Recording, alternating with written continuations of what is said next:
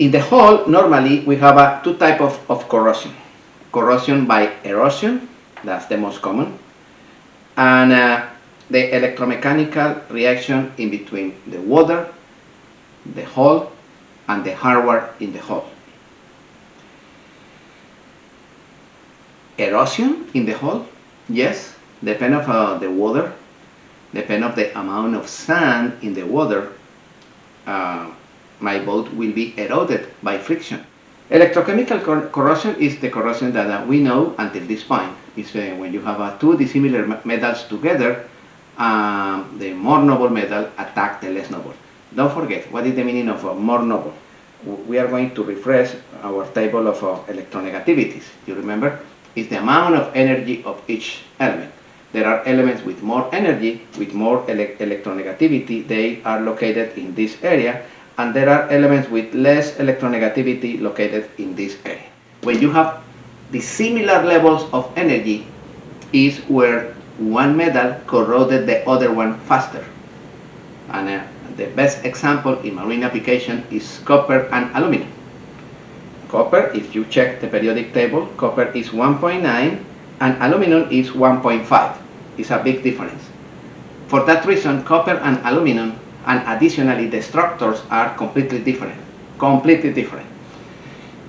Those metals, those alloys, are not good in marine environments.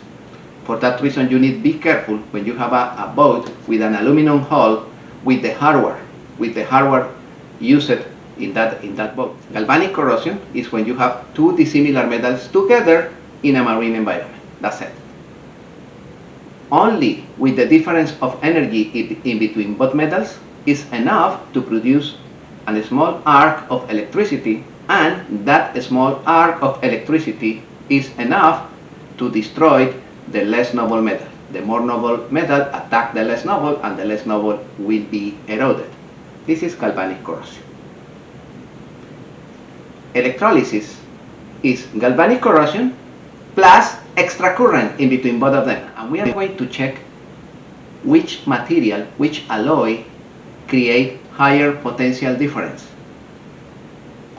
Which alloys, in general, we are going to use three types of sacrificial anodes. Sacrificial anodes of aluminum alloys, sacrificial anodes of zinc alloys, and sacrificial anodes of magnesium alloys.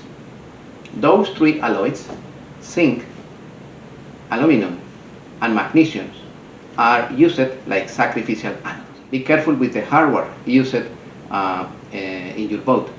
The hardware can attack the boat. No, because my boat is in fiberglass. Yeah, the fiberglass can be corroded because you use regular steel on the bolts, on the hardware. And those regular steels with the salt water, the marine environment, are corroded, and at the end of the day, the fiberglass is completely oxidized and delaminated and destroyed. Yeah, you remember the example in the boat that the stringers were completely destroyed because the people used regular hardware in the motor mounts, and those lac bolts destroyed completely the stringers, and the humidity penetrated the stringers, and the stringers were completely destroyed. One of the most common elements broken by stress are the shafts, because the shafts are constantly under excessive torque and produce shear load and cut the surface. Yes, it's common that you found it, the shafts cut, especially in the neighbor in between the propeller and the shaft. In that area is cracked. The crankshaft in diesel engines, when one of the pistons receive salt water, you remember what happened with the piston? The piston expand, block the engine. When that piston is blocked, the rest of the crankshaft try to continue the rotation, and is cracked, is fractured in that cylinder. Yes, it's very common in diesel engines because the excessive torque produced for diesel engines. Which which sacrificial anode produce the highest potential difference. For example, with zinc is minus 1.0 volts and the bronze is minus 0.3. The difference, minus 1.05 minus 0.3 is 0.75 negative. This is with zinc. If I use aluminum, the result is minus 0.8.